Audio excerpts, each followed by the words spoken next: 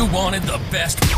You've got the best podcast. The hottest podcast in the world. The Chris Voss Show, the preeminent podcast with guests so smart you may experience serious brain bleed. The CEOs, authors, thought leaders, visionaries, and motivators. Get ready. Strap yourself in. Keep your hands, arms, and legs inside the vehicle at all times, because you're about to go on a monster education roller coaster with your brain. Now, here's your host, Chris Voss. I'm Chris Voss here from the ChrisVossShow.com, the ChrisVossShow.com. Welcome to the big show, my family friends. We really appreciate you guys coming by. Thanks for being here and tuning in. As always, you guys are the most amazing audience in the world. So brilliant, so smart. But that's because you've been listening to the Chris Voss Show for 14 years and 1,400 episodes. And we're putting out 2 to 3 new podcast episodes a day. We're just getting flooded with all the big publishing companies and everything we're doing. So if you're not referring the show to your family, friends, or relatives, go to goodreads.com/Chris Voss, youtube.com/Chris Voss, and linkedin.com/Chris Voss. Subscribe to the big LinkedIn newsletter, the 130,000 LinkedIn group, and all of our different things. So we're trying to be cool on TikTok. So give us some help out there, because we're old, man, and TikTok doesn't get us. They're just like, who are you people? What are you doing? We've got some amazing thinking and mind. Notice I only use the word one mind, because we all know all the smart guests on the show are the brilliant ones, and I'm just the dumb one. But Karen Brown joins us on the show today. She's the brilliant mind. Notice there's only one. It's not plural. Who's going to be joining us on the show today? She is the CEO of Exponential Results. She is the founder and CEO of the company, and she draws on over 30 years of experience as a corporate executive with over 20,000 hours of senior executive coaching experience. Her coaching methods are based on neuroscience, which I could probably use some neuroscience now, allowing her to reach the subconscious and unconscious. I want to say unsubconscious. That's what getting me there. Let's go with that. Unsubconscious. The unsubconscious. Did I just invent a new word, a paradigm? You did. I don't know. My psychologist says I need to work on my unsubconscious and get a frontal lobotomy, but that's another story for another time. And the unconscious mind of her clients, where negative patterns are formed. Clearly, I have some of those, and where real change can occur.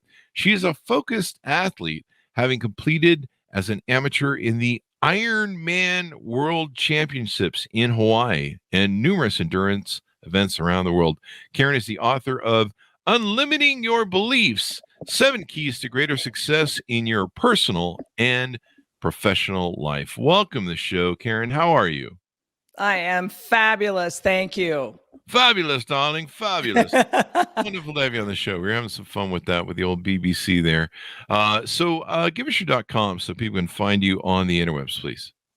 YourExponentialResults.com. That's spelled YOUR, like you, your exponentialresults.com.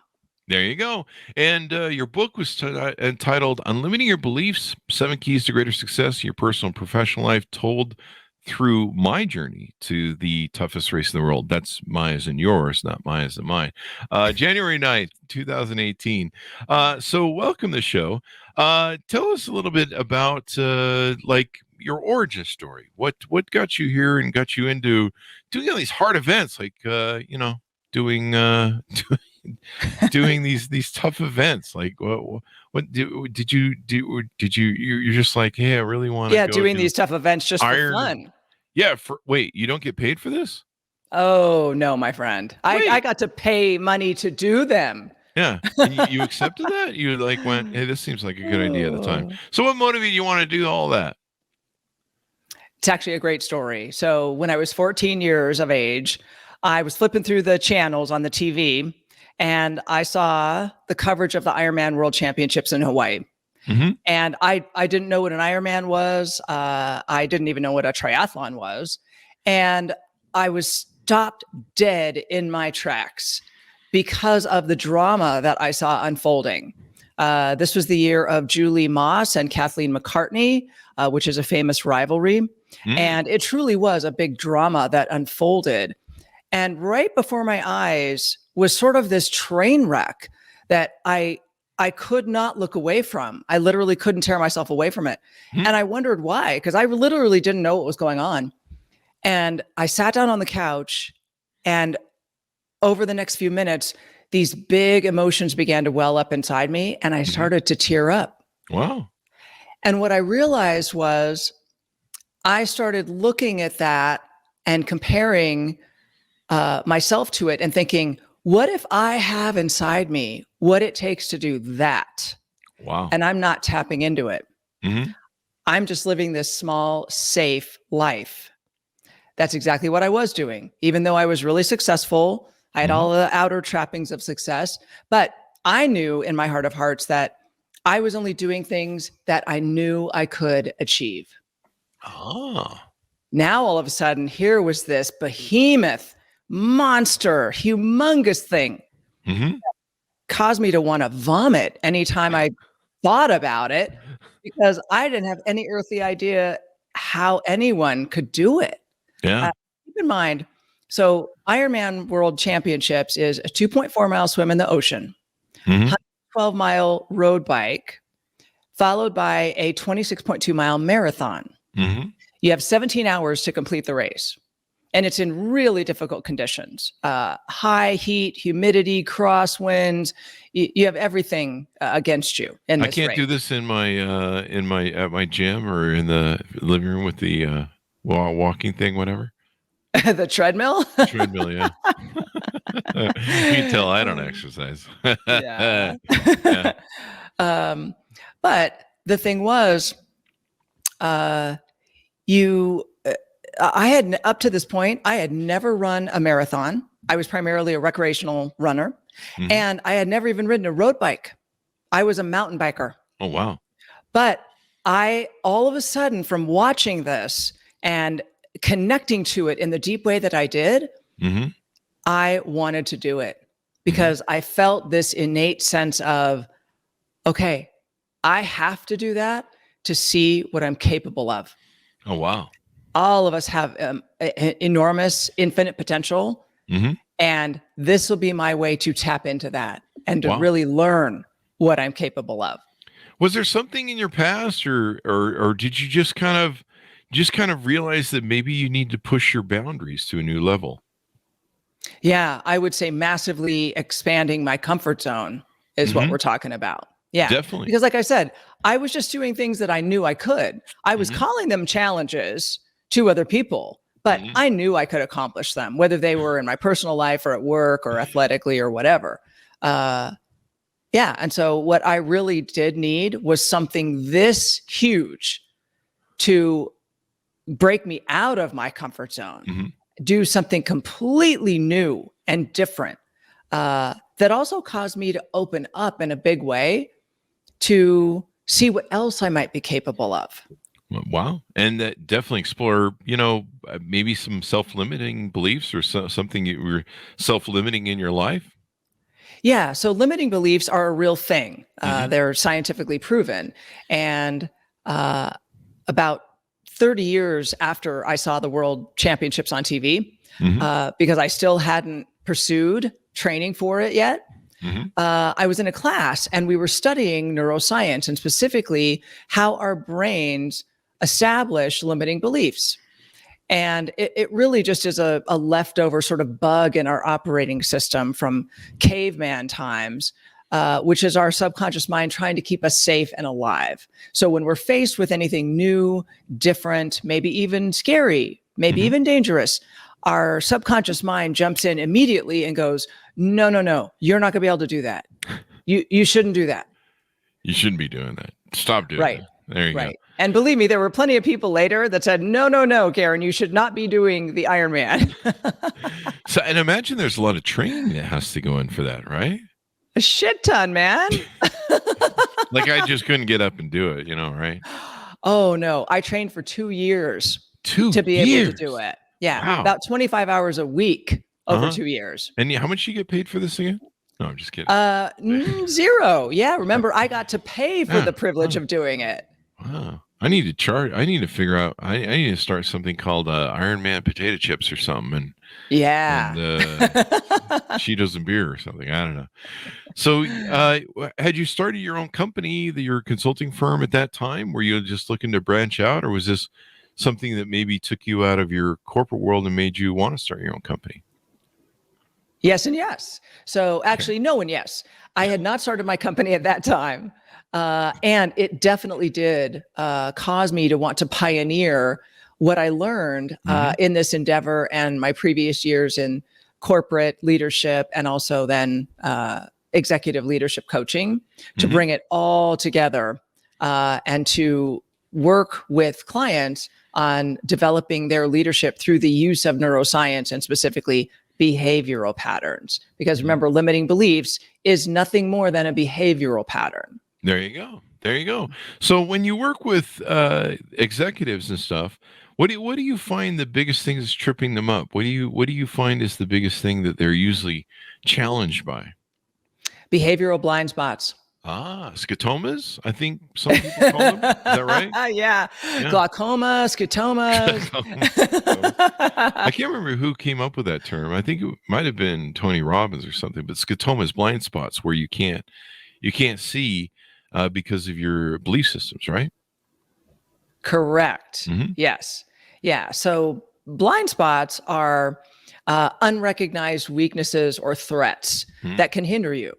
And so when we work with executive leaders, what we're doing is simply shining a light on their behavioral patterns that are blind spots, those behavioral patterns that they aren't aware of consciously, but they've been running over years, usually, because at one point it caused them to rise to success. And that's the way a lot of blind spots or behavioral patterns work. They work for a long time and they help propel you up to a certain level, but they won't propel you to levels above that, like reaching higher, elevating.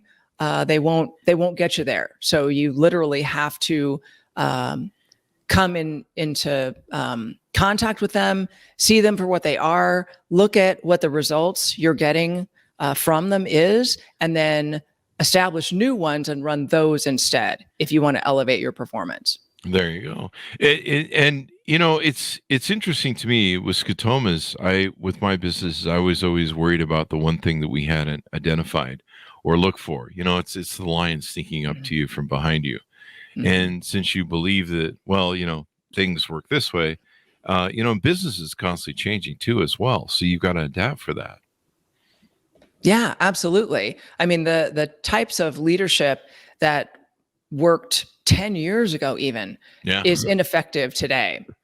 And dare I say that executive leaders that aren't looking at their blind spots or their behavioral blind spots, working in their behavioral patterns, they're not going to make it. They're not going to be able to adapt quickly enough to stay ahead of the market.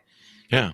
What are some classic ones that you find that executives engage in that they need to overcome? Is there any consistent ones that you know, maybe they're not paying attention to new trends or new changes in the market? No, those would be more conscious or strategic blind spots, Chris. What we're talking about is behavioral blind spots. So the big easy ones to identify, although every executive leader has their own unique ones. Because even though all of our brains work exactly the same way, no two people have the same exact blind spots. Oh, wow. Okay. Yeah. So some quick, easy examples are not showing appreciation, not admitting when you're wrong. Wait, I'm supposed to admit when I'm wrong? What? Wait. You're never wrong. I'm never wrong. Wait, is that ironic? Right. Not truly listening to people. What? I mean, yeah, right. We all know those people that you can tell they're not really listening to what you're saying. They're just waiting for you to finish so that they can give you their solution, their answer. Right. So not truly listening. That sounds like my whole podcast. No, I'm just kidding. I've been doing that.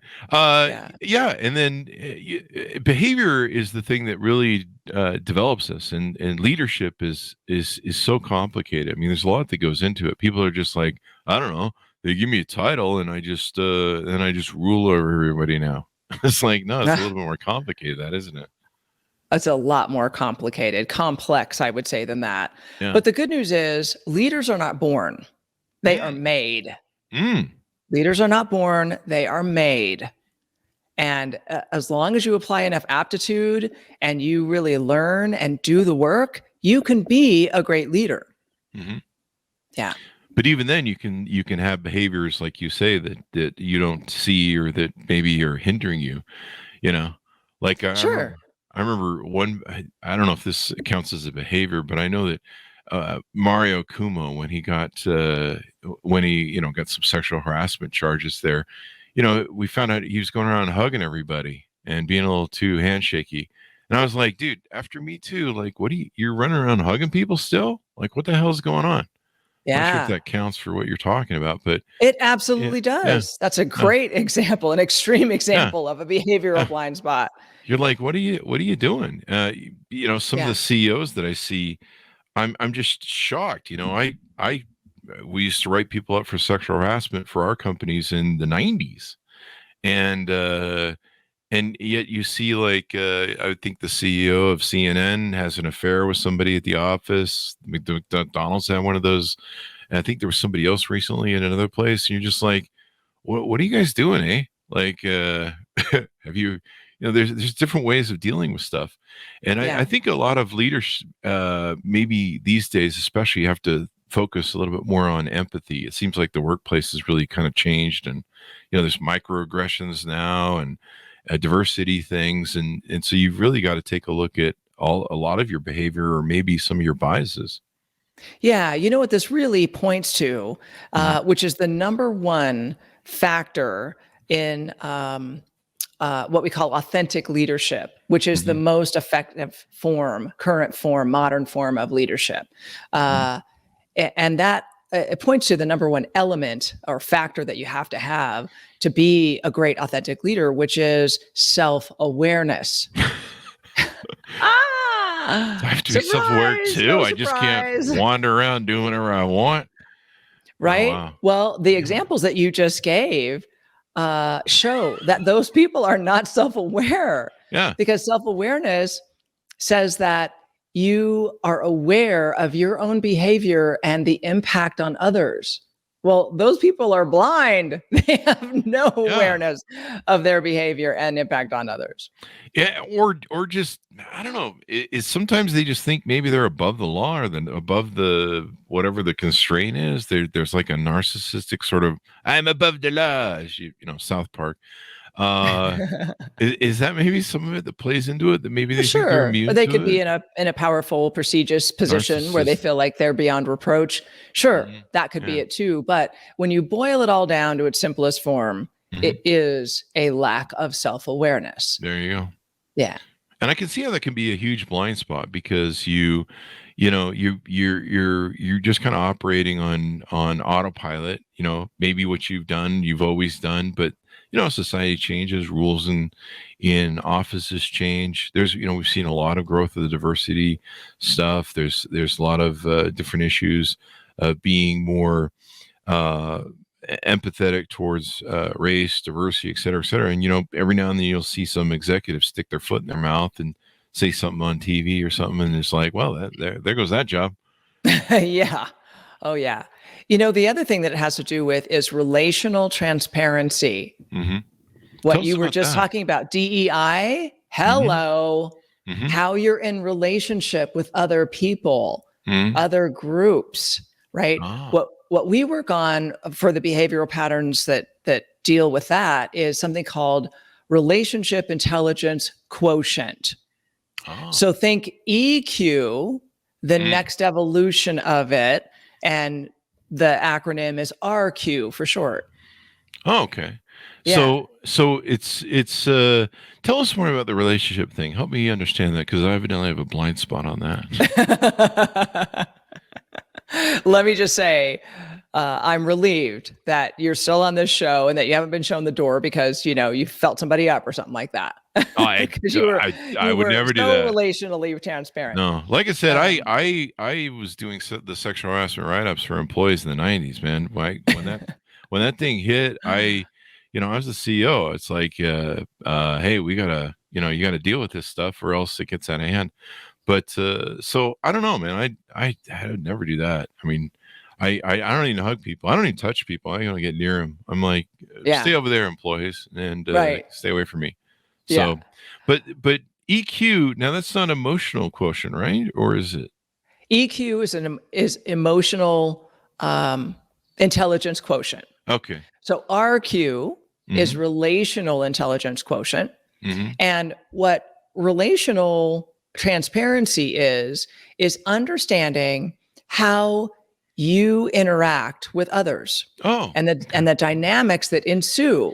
And let's think about this in a work context. Okay. You're a leader, you're trying to get things done. You and your team are trying to get things done.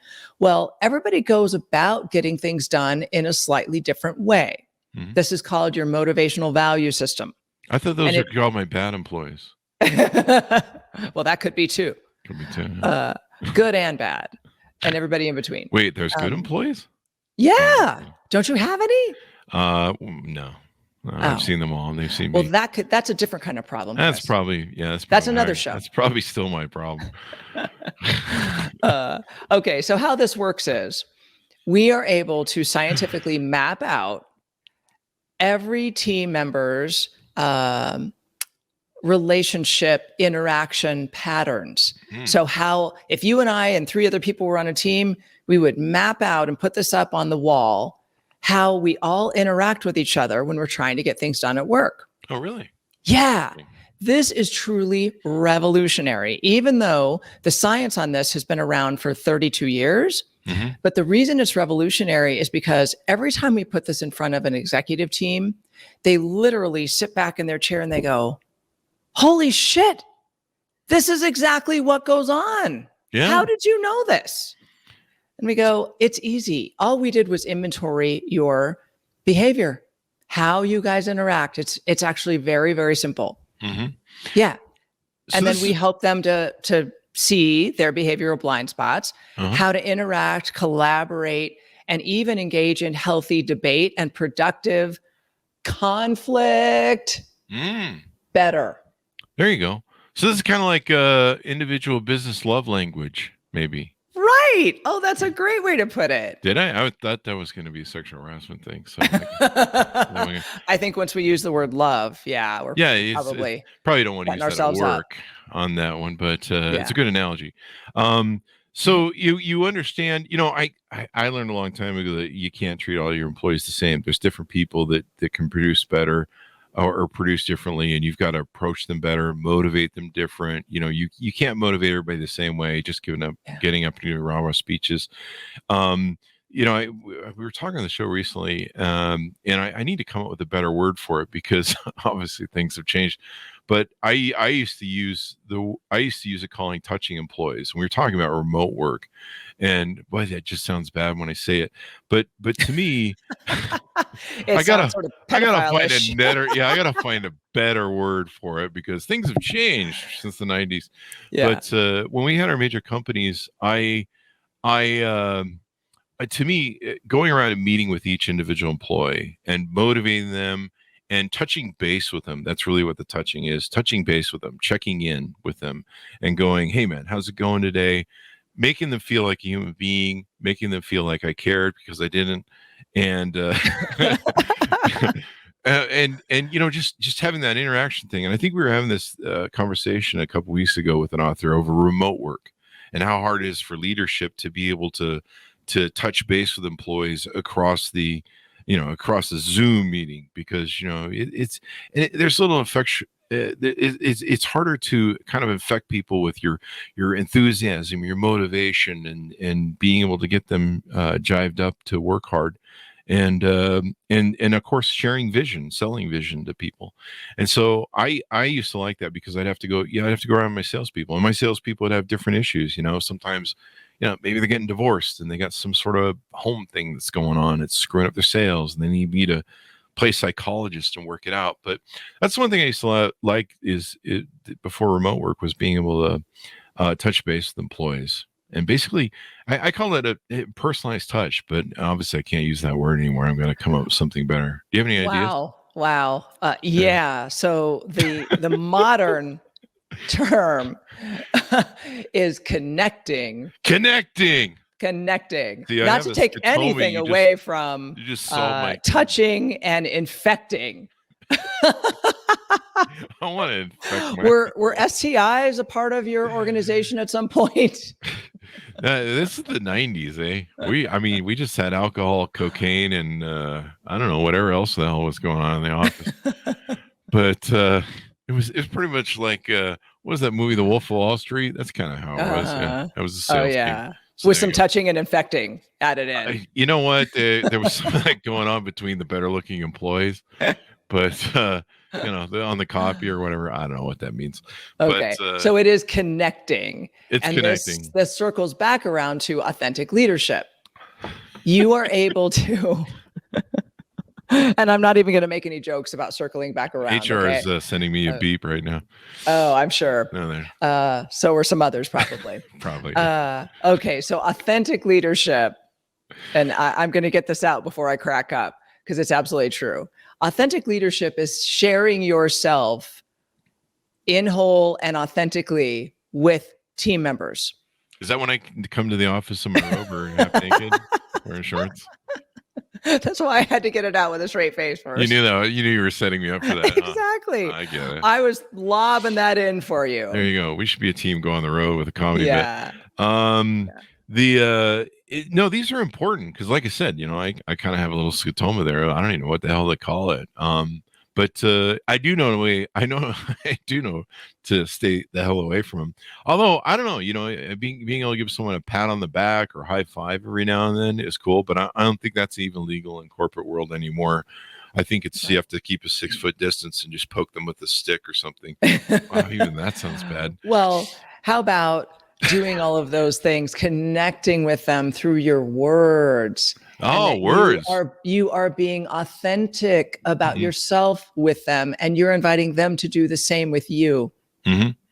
And because one thing I learned about a leader is if people feel that you care about them, if you have their best interests at heart, if you're trying to help them achieve their goals, and it's not so much about like, well, you need to make the company achieve their goals. People are like, what does that do for me? Huh?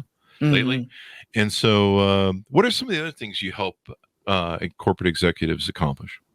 Well, hold on. Let's finish that thought. Let's do that. So when you care enough about team members and employees that you will examine your own behavior, you will get to know and understand your own behavior and your scotomas, your blind spots, and you will ask others for feedback, and you will learn their behavior, and you will actively give them helpful feedback, that you're in it together.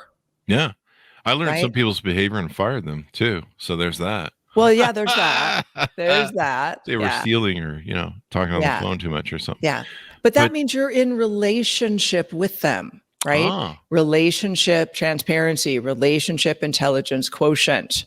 This is kind of interesting because I never really thought about being in a relationship with my employees because, I think HR said it was a bad thing last time I did that. But I mean, I never really thought of that. And it's more of a long-term commitment sort of thing. And I'm not sure I'm up for that sort of commitment. Well, hold on. Take the commitment out of it. Oh, okay. Because what it really is think about how you get things done at work. We're supposed to get things done here? Well, yeah, sometimes. Hey, get to work over there, damn it. Unless you are a one-man band, a one-person show, you have to get things done through others. Yeah. And it's the relationship you have with them that enables or dictates the level of work that you're going to be able to get done together. There you go. So tell us a little bit more about what you talk about in your book. Let's get a good plug in here for the book and some of the stuff you talk about. I know she got Brian Tracy, I think, to put a bit of her endorsement on there. Brian Tracy's a friend. I didn't get him to do it. Oh, okay. Well, I was like, you have a relationship quotient with him or something. A relationship intelligence quotient with him. Yeah. Yeah. All right. So what the premise of the book is that we all still struggle with limiting beliefs. Because like I said at the top of the show, limiting beliefs are nothing more than a leftover bug in our operating system, which is called our brain. Okay. They don't really serve us anymore. They just hold us back from doing things that are new or different or sometimes even dangerous, but not that often. And so the book, which is told through my journey to the Ironman, which is one of the toughest races in the world, probably back then it was, that I sort of used my own story and myself as an example and a guinea pig, right?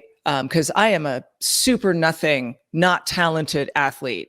I have no natural, incredible ability in that department. I have to work my ass off for everything I do.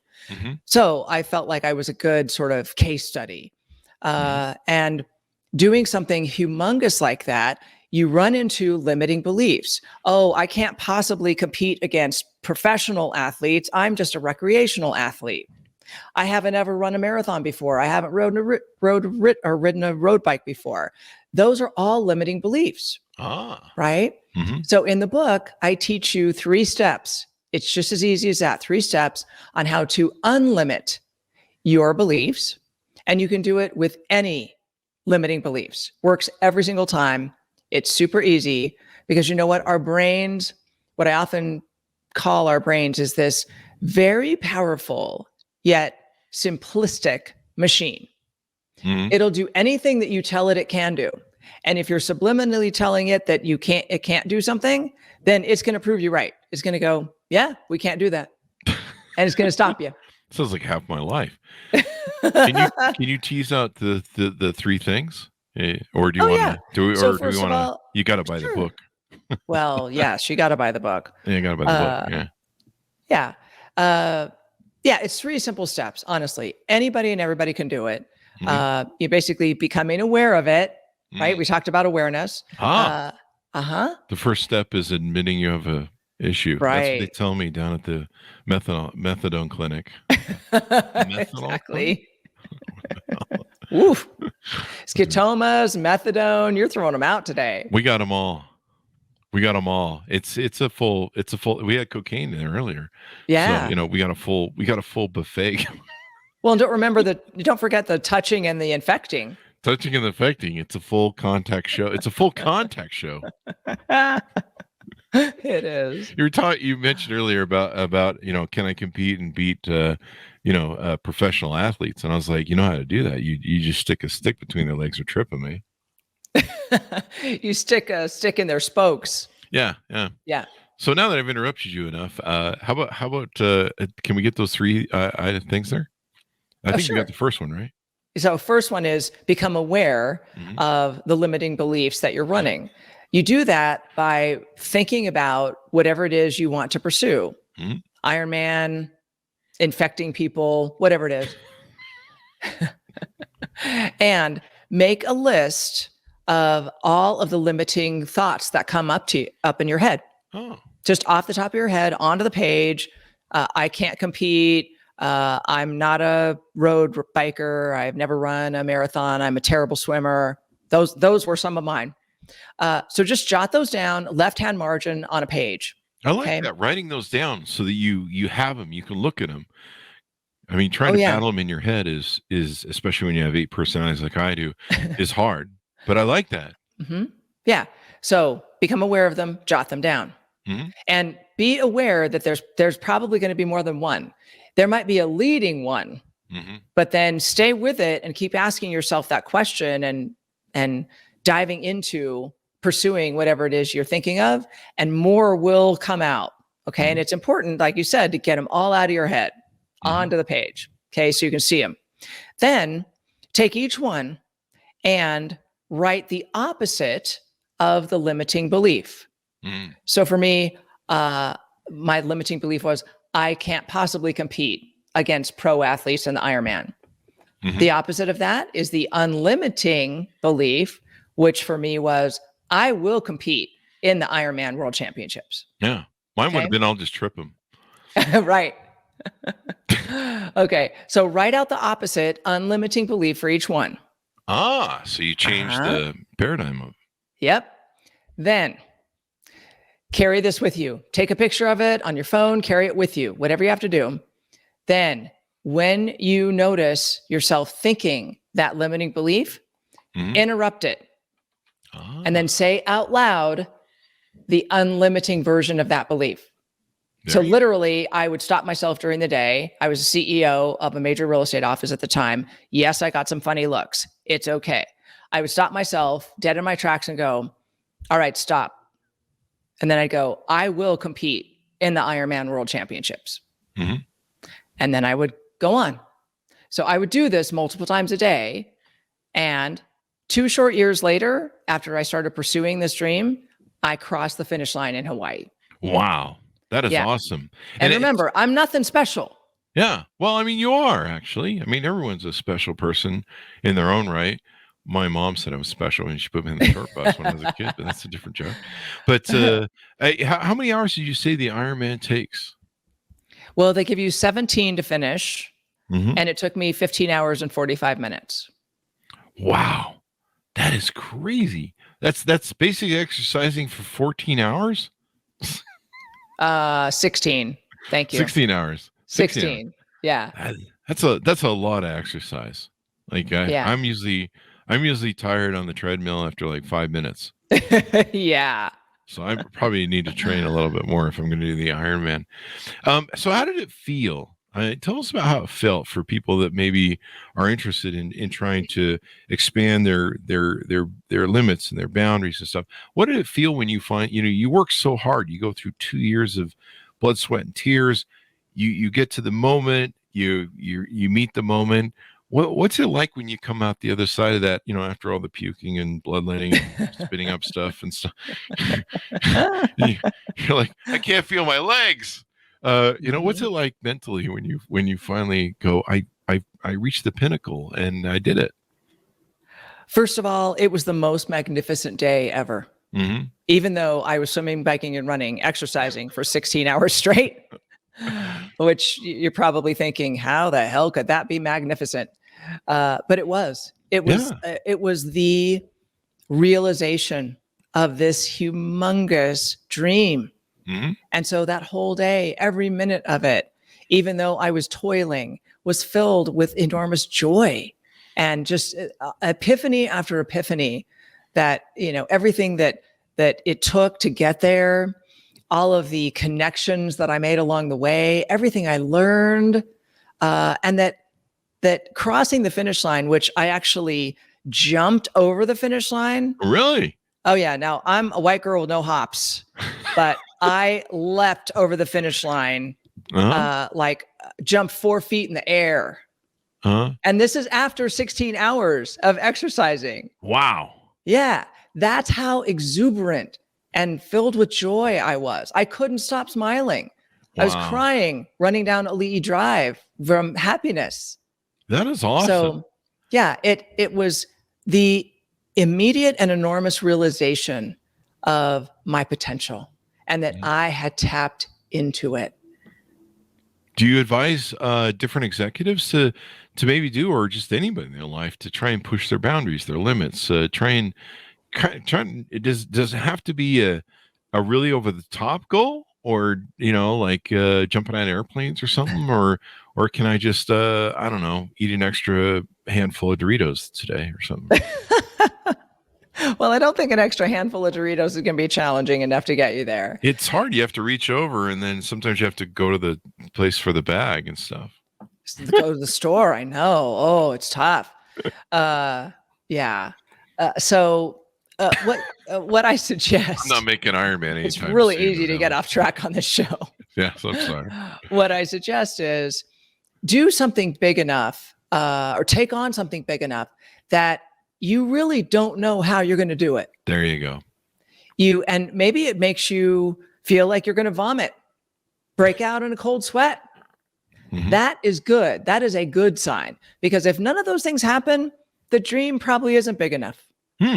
Maybe you need to be, self-aware that you kind of feel yourself freaking out a little bit, like, whoa, this is like too big for us. And I think sometimes in psychology or maybe motivational books, this is called stretching, where you're kind of stretching yourself, right?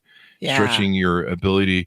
And when you find that you stretch, you find that you have a wider aperture of what you can achieve, accomplish, and maybe expanding your mind.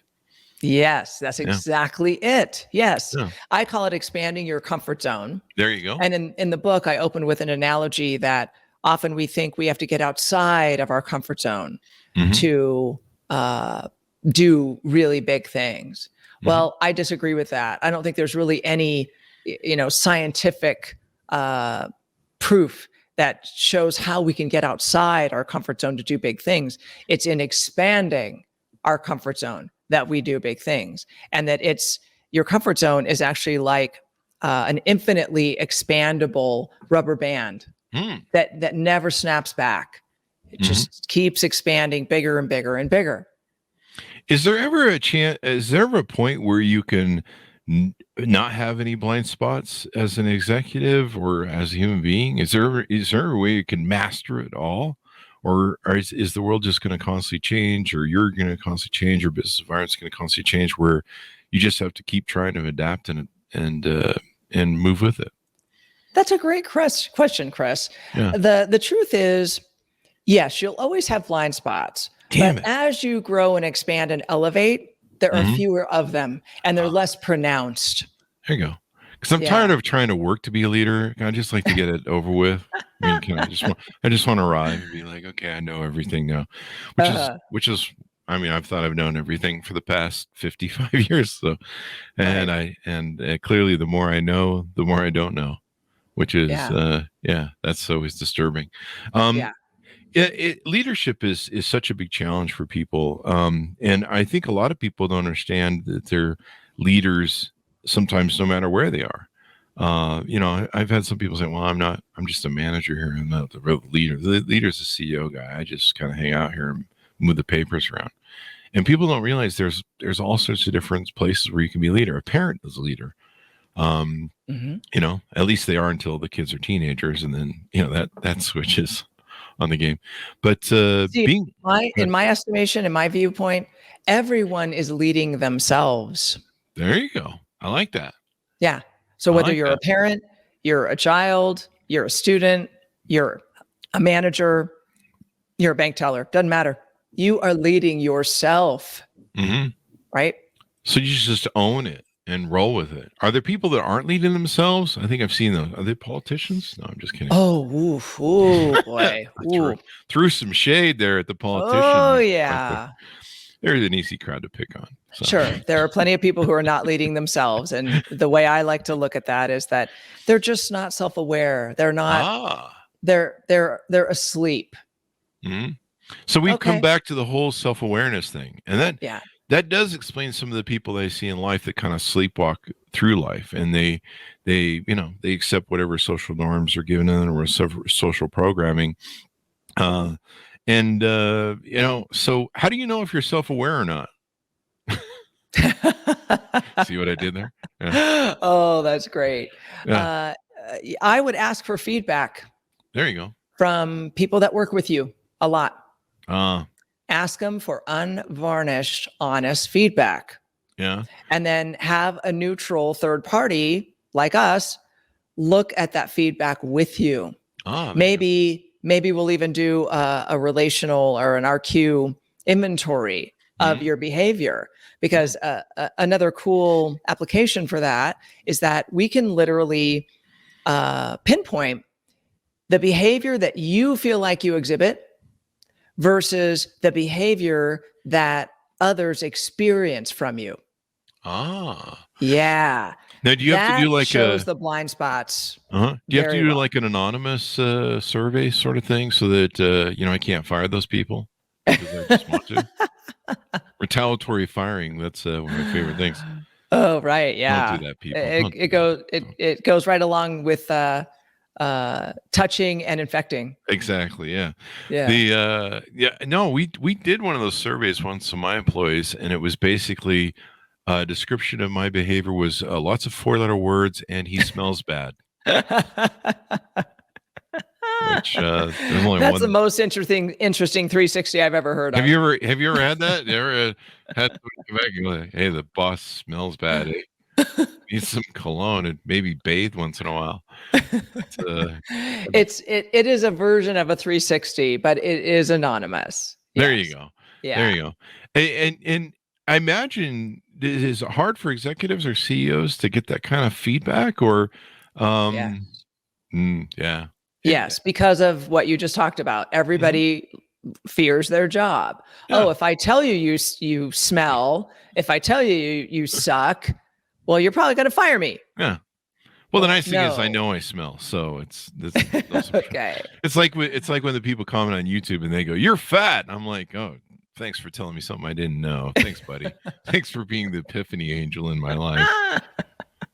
But I think this is important. One of the things I talked about in my book, Beacons of Leadership, I put forth that a leader is like a lighthouse, and he sends forth a beacon, and there's a communication of what you're talking about through your behavior and how you communicate with people, and basically what sort of light you send forth that people interpret and look to as a leader and go, do I want to follow this idiot or not? But being able to understand what that behavior is and being able to have that self-awareness and feedback, I think is really important, because if you don't, I mean, you're just and a lot of leaders do that. They're just narcissistically PRing into the wind. Like one of the examples I love to use is he's maybe stealing from the company, and in the meantime he's telling everybody we should be a trustworthy corporation and honest, and they send out these PR notices, and people reading the PR notices, employees or vendors or whatever, and they're like, you don't live your values, eh? Mm-hmm. You're like totally in conflict. You're full of shit, as George Carlin would say. Yeah. The other way that we do that, because your point is right on the spot, right on target. The other way that we get at that is sometimes we'll do the interviewing one-on-one to garner the feedback for the CEO. Mm-hmm. And we have to say to the team members, hey, we are not going to share any of the specifics that you share with us about the CEO. So you can say he's a total a-hole. We're not going to use that with him. We're just going to distill everything that's given to us down to the behavioral blind spots that they equate to. There you go. Yeah. Getting feedback is a challenging thing, and it can be, you're like, well, you think to yourself, well, what if they say really bad stuff about me, or they really don't like something? I spoke to a friend who watches the show regularly, and he made some fun comments of a guest we had on, and I think I saw how maybe the guests could have done a better job, so I reached out to him and I said, hey, what did you think of that show? What did you think of that guest? And I remember thinking in my brain, see, I'm self-aware, eh? At least in this space. And I thought in my brain, I'm like, God, what if he tells me this show is complete garbage? And maybe it's me who's the problem, and whatever. And but I had that thought that went through my brain, but I still sat down with him, and he had some great tips. And actually, I think they liked the guests more than maybe I thought how the interview went. And so it's scary. It's scary to do that and get that feedback, but this is the only way you can improve, right? It's kind of like what you did with the Iron Man thing. It's scary to go up against that big goal and all that stuff, and sometimes you can dread it, but you just got to go for it, and that's the only way you can really learn and improve, is to get that feedback. Exactly. Yeah. If you just keep walking around blind, then you're going to get the same results you always got. Yeah, exactly. Yeah, you're not going to grow, you're not going to improve, because you're not going to ever be shown anything new. Yeah. What's that old line? Doing the same thing over and over again, expecting the same results is insanity. Yeah. Mhm. Which my psychiatrist says I'm from. What have we touched on that you guys do at your company and how you help people?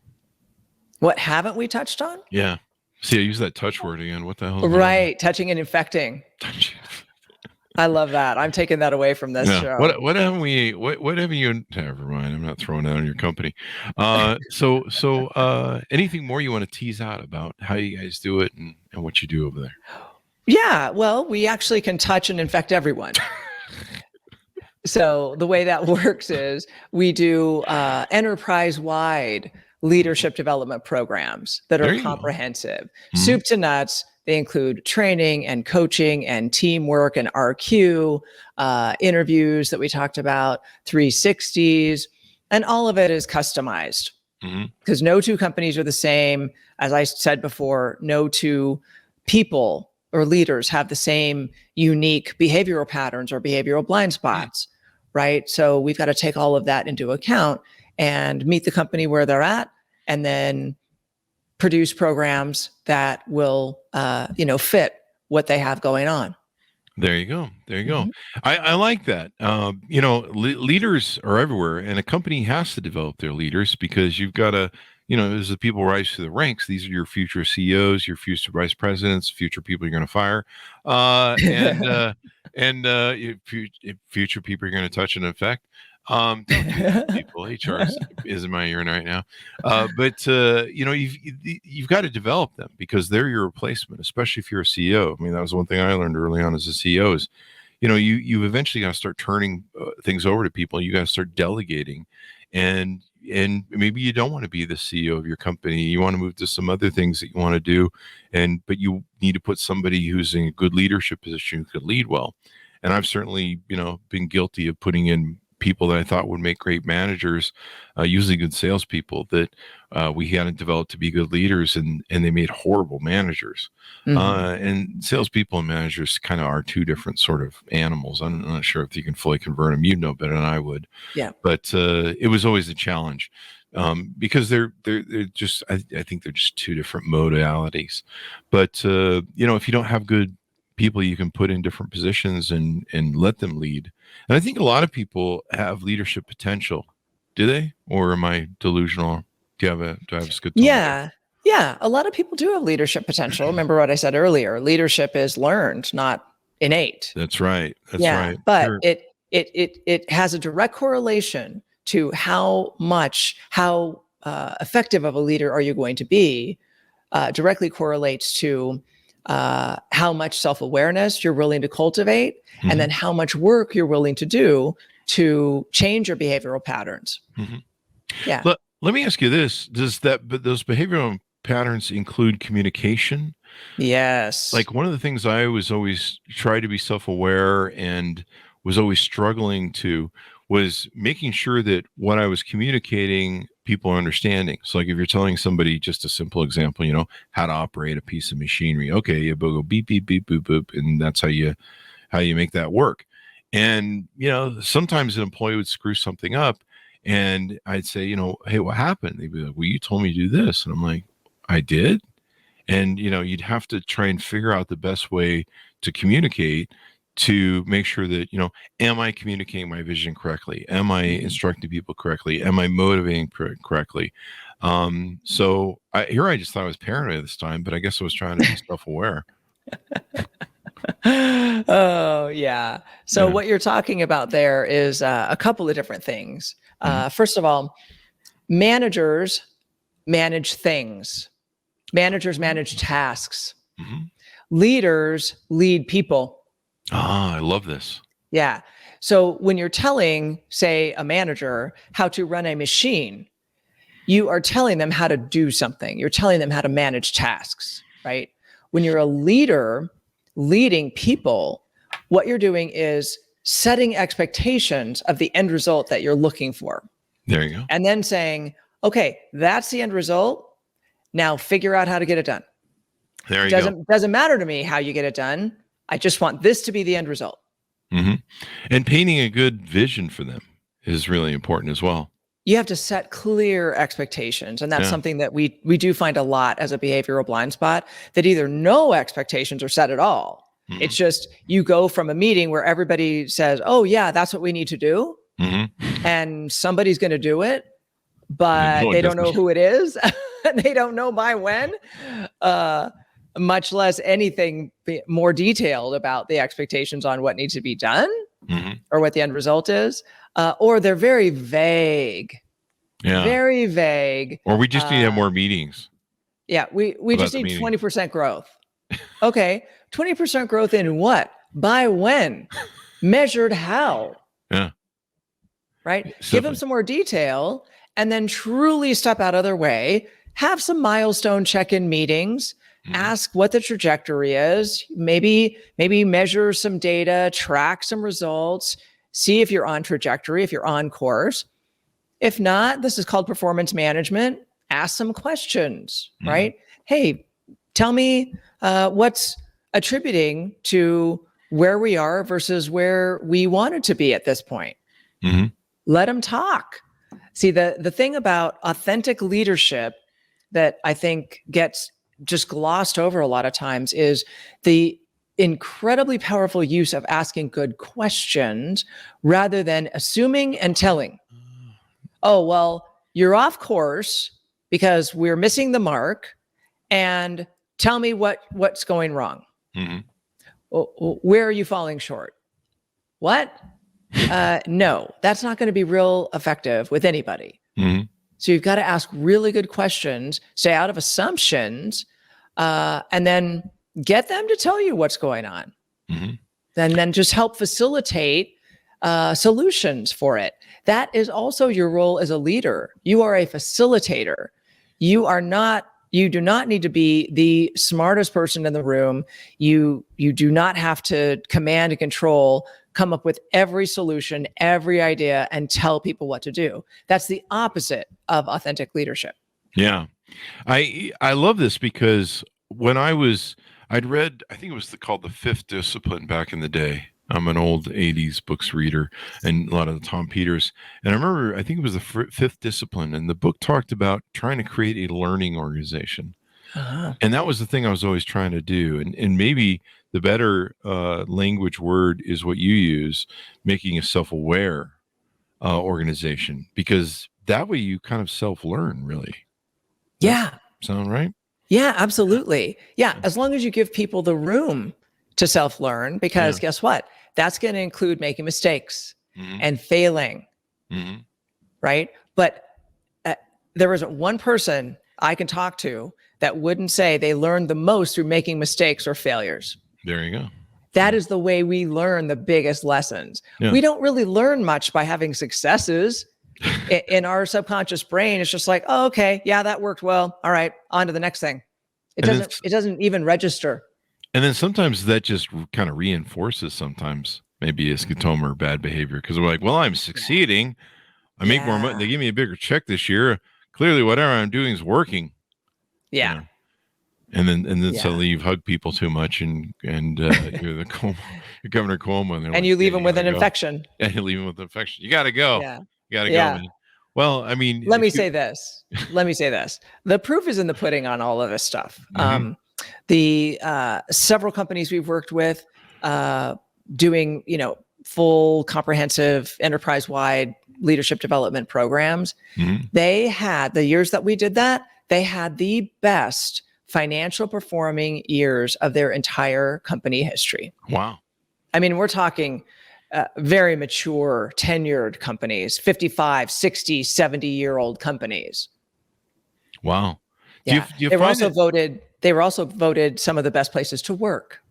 And that's important too, especially now when you're fighting for employees, because they're, it's a battle now out there for employees. Well, I don't know, they're laying off people right now, but I think it still is a battle. I mean, our employment market. If you're in tech, it's not so much of a battle, but other sectors, yeah. Yeah. It's pretty crazy what's going on right now. But I can see how this could develop a learning organization. Do you ever, when you're doing this with companies, do you ever have, maybe that one or two employee or a couple employees like, I don't want to do this. I don't want to learn anything. Does that ever happen? Sometimes, yes. You got to give them a little prod and go, hey. A cattle prod works really well. Oh, wow. Yeah, See, electrified. I yeah. was just doing touching and affecting. You just went full cattle prod right Yeah, there. exactly. Is that, can we run that by HR and see if that's legal? I think I'm going to actually consider that in the 90s.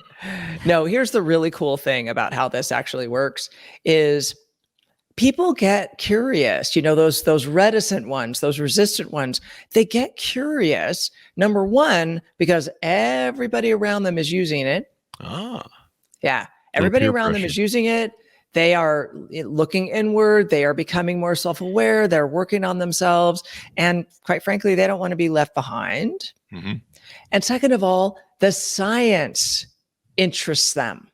Ah. And because they also know that they can hang their hat on it. It is scientific. It's not conjecture or just, you know, something that worked well for one person and probably won't work for everyone. But that's also why, you know, we started using science over 10 years ago. That's why I pioneered this science into the executive leadership development space, because in my Ironman journey and after being in corporate for so many years and then being an executive coach, the two did not go together back then. Nobody was doing this. I mean, there were no Brene Brown, Simon Sinek, Daniel Pink, Adam Grant's on the scene. They didn't exist. So I thought, oh, the space is ripe for a game changer, for an exponential difference maker. And this is it, because the speed and volume processing power of our unconscious mind is more like a rocket ship compared to that of our conscious mind, which is like a skateboard. There you go. So which would you rather ride, a rocket ship or a skateboard? Well, it depends. Is there any Ironman working on this rocket ship ride where I have to exercise? No. Right? You know, and you're right. This is science. It's basic brain neurology. And our brains are kind of like little computers and how it works. So would you say that it's better to do this, or should we just have more pizza parties to get the employees motivated? That's good. Big LinkedIn joke there. There you go. The fun one everyone's around. Well, this has been a fun, insightful interview, and I've loved it because you've actually opened my mind to a few things, especially about how there's no more touching and affecting anymore. So I'm going to go face it, HR. But no, I always want to create a learning organization, and now I have a better word for it. I have being self-aware. I'm now self-aware that I have a better word for it. Oh, how's that work? So give me your .com so people can find you on the interwebs and learn more about your company and what you guys do there. All right. Go to your, YOUR, exponentialresults.com. You can get in touch with me there. You can read up on everything we do. You can book an appointment. You can spend all day there if you want. Okay. Spend all day on the website. There you go. Reach out to you guys, and I imagine they can talk to you about different services you offer, et cetera, et cetera. It's been fun to have you on. I've learned a lot. In fact, this is probably one of my best learning experiences when it comes to business in a while, because it's actually made me think about a lot of things I did over the last 35 years, good and bad. There's that. So thank you very much for coming on. Thank you. This was a ball. There you go. And thanks to my audience for tuning in. We couldn't do it without you. You guys are the smartest audience in the world. And if you've listened this far, you're damn far smarter than ever. So now go shine forth. Sign up for the Ironman if you want. How much does the Ironman pay again? Anyway, callback joke of the show. But learn to expand your minds and become more self-aware, really, because I'm tired of putting up with most of you who aren't. Quit sleepwalking through your life, eh? But thank you for coming by the show, everyone. Go to goodreads.com/Chris Voss, youtube.com/Chris Voss, linkedin.com/Chris Voss. This will be on the big LinkedIn newsletter, and also TikTok. We're trying to be cool, and we're not, because we're old, but we're going to try and make it work. Thanks for tuning in. Be good to each other. Stay safe, and we'll see you guys next time. And that should have us out.